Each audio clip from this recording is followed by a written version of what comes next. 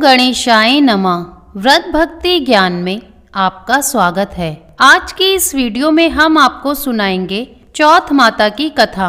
अगर आप चैनल पर नए हैं तो चैनल को सब्सक्राइब करें। एक सेठ सेठानी थे, उनके एक बेटा और बहू थे। बहू सबको भोजन करा के फिर स्वयं भोजन करती।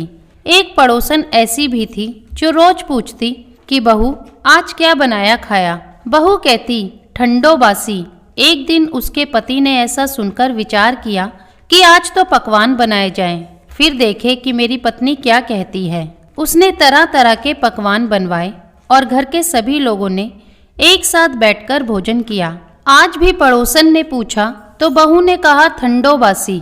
सेठ के लड़के ने सोचा हो ना हो कोई बात अवश्य है जिससे कि मेरी पत्नी ऐसा कहती है। उसने पत्नी से पूछा तुम रोज ठंडो बासी खाया ऐसा क्यों कहती हो, जबकि हम सब ने एक साथ बैठकर कई तरह के पकवान खाए। उसकी पत्नी बोली हमने जो भी खाया वह बाप बूढ़ों की कमाई का है। जिस दिन आप कमा कर लाओगे उस दिन मैं समझूंगी कि ताजा भोजन कर रहे हैं। अब एक दिन लड़के ने माँ से कहा मैं एक बड़े शहर में कमाई करने जा रहा हूँ। माँ बोली बेटा अपने पास इतना धन है कि खाया नहीं खुटेगा। माँ के मना करने पर भी बेटे ने स्वयं कमाने का दृढ़ निश्चय कर लिया और जाते समय पत्नी से कहा मैं जब तक कमाकर बहुत सारा धन लेकर ना आऊं तुम चूल्हे की आग मत बुझने देना। एक दिन चूल्हे की आग बुझ गई तो वह मन ही मन घबराने लगी, कहीं मेरे पति पर संकट तो नहीं आन पड़ा। जल्दी से पड़ोस में से आग लाकर चूल्हे में रख दूं। ऐसा विचार करके पड़ोस में गई। वहां पड़ोसन चौथ माता का व्रत पूजन कर रही थी।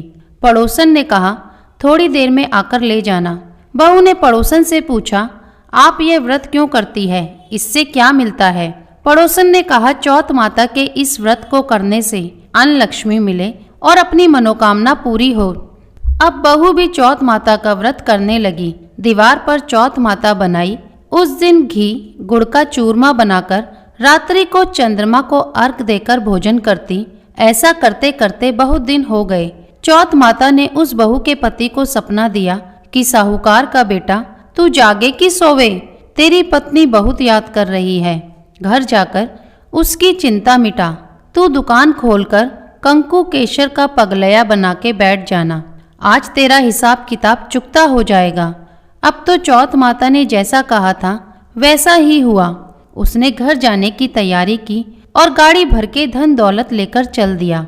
रास्ते में एक बड़ा सा काला नाग फन फैलाए बैठ गया और कहने लगा आज तो मैं तुझे डसूंगा, छोड़ूंगा नहीं। आज तेरी आयु पूरी हो गई है।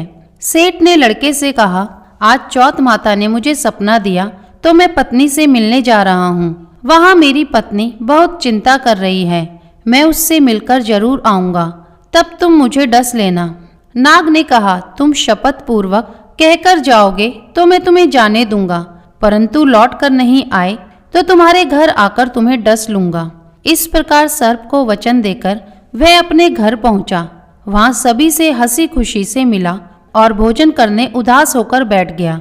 उसकी पत्नी ने उदास होने का कारण पूछा तो पति ने काले नाग वाली बात बताते हुए कहा यदि मैं उसके पास नहीं जाऊंगा तो वह घर आकर ही मुझे डस लेगा। पत्नी बहुत चतुर थी। उसने कहा कि आप घबराओ नहीं, लेट जाओ, मैं एक उपाय करती हूँ। पत्नी ने कमरे की 7 पेड़ी धोई।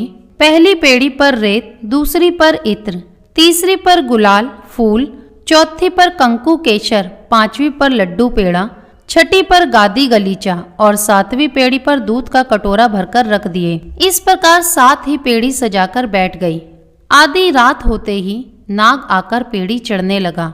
पहली पेड़ी पर रेत में लौट गया और कहने लगा कि सेठ की बहू ने आराम तो बहुत दिया, पर वचनों से बंधकर आया हूँ सो डसूंगा अवश्य ही। इसी प्रकार 7 पेड़ियों पर नाग आराम करता हुआ और कहता हुआ कि डसूंगा जरूर कमरे में जाने ही वाला था कि चौथ माता ने विचार किया कि मैं इसे नहीं बचाऊंगी तो संसार में धर्म कर्म और व्रत पूजन को कौन मानेगा। अब तो गणेश जी, चंद्रमा जी और चौथ माता ने उसे बचाने का विचार किया। चंद्रमा जी ने उजाला किया, चौथ माता ढाल बनी और गणेश जी ने तलवार लेकर नाग को मार दिया और ढाल से ढक दिया। अब बहू भी थकी हारी सो गई। दिन उगा तो लोग बेटे से मिलने आए, परंतु बेटा बहू तो उठे ही नहीं थे। बहुत देर हो गई तो माँ उन्हें उठाने गई। माँ ने सातों पेड़ियों पर जो कुछ देखा तो बहुत घबराई और बेटा बहू को आवाज लगाई। बेटा बहू उठे तो देखा कि एक ढाल तलवार वहां पड़ी है। अब ढाल उठाई तो वही काला नाग मरा हुआ पड़ा है। बेटा बहू ने सोचा कि आज तो धर्म कर्म ही आड़े आए, जो भगवान गणेश जी और चौथ माता ने हमारी रक्षा की। हे चौथ माता, आपने जैसी सेठ के बेटे बहू की रक्षा की, वैसी सबकी रक्षा कीजो। तो बोलिए चौथ माता की जय, गणेश भगवान की जय। अगर वीडियो पसंद आई हो तो लाइक शेयर कमेंट करें और चैनल को सब्सक्राइब करना ना भूलें।